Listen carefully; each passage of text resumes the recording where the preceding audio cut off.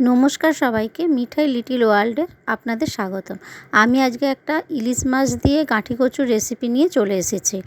দেখুন কি সহজে আর খুব তাড়াতাড়ি এই রান্নাটা হয়ে যায়।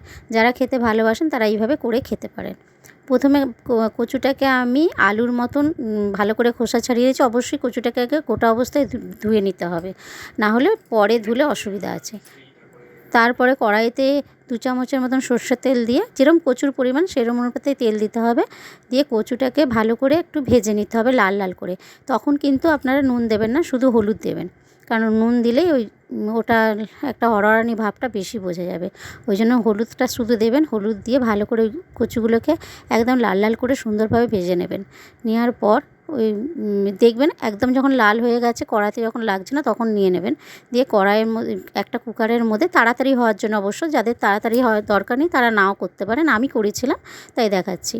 একটুখানি কুকারের মধ্যে জল দিয়ে ওই লাল লাল করে ভেজে রাখা কচুগুলো দিয়ে দিয়েছি। তার মধ্যে 5-6টা কাঁচা লঙ্কা দিয়ে দিয়েছি। আর তখন আমি একটু ওই কচুর পরিমাণ মতন একটু নুন দিয়ে দিয়েছি। আর ইলিশ মাছ একটা, তারপর আমি ওইটাকে কুকারে সেদ্ধ করে রেখে দিয়েছি।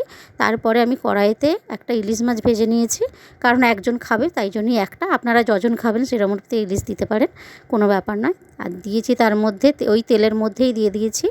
আর দিয়েছি কালো জিরে ফোড়ন আর একটু হলুদ গুঁড়ো দিয়ে মাছটাকে আর একটু আদা আর কাঁচা লঙ্কা বাটা, অল্প 1 চামচের মতনও নয়, একটু কম দিয়ে তারপরে আমি ওই কচুটা যখন সেদ্ধ হয়ে রেখে দিয়েছিলাম কুকারের মধ্যে, মাছটা যখন কষিয়ে মতন একটু নিয়ে তারপর কচুটাকে আমি কড়ার মধ্যে ঢেলে নিয়েছি।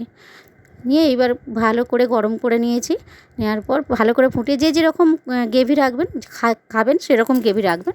আমরা একটু মাখা মাখা রেখেছি, এটা একটু ঝোল ঝোল হলেই বেশি ভালো লাগে, কিন্তু আমি মাখা মাখা রেখেছি। আর দেখুন তৈরি হয়ে গেল খুব সহজেই গাঁঠি কচুর রেসিপি। যদি আপনাদের এই রেসিপিটা ভালো লেগে থাকে তাহলে প্লিজ লাইক, কমেন্ট আর শেয়ার করে দেবেন। আর আমার চ্যানেলটাকে একটু সাবস্ক্রাইব করে দেবেন।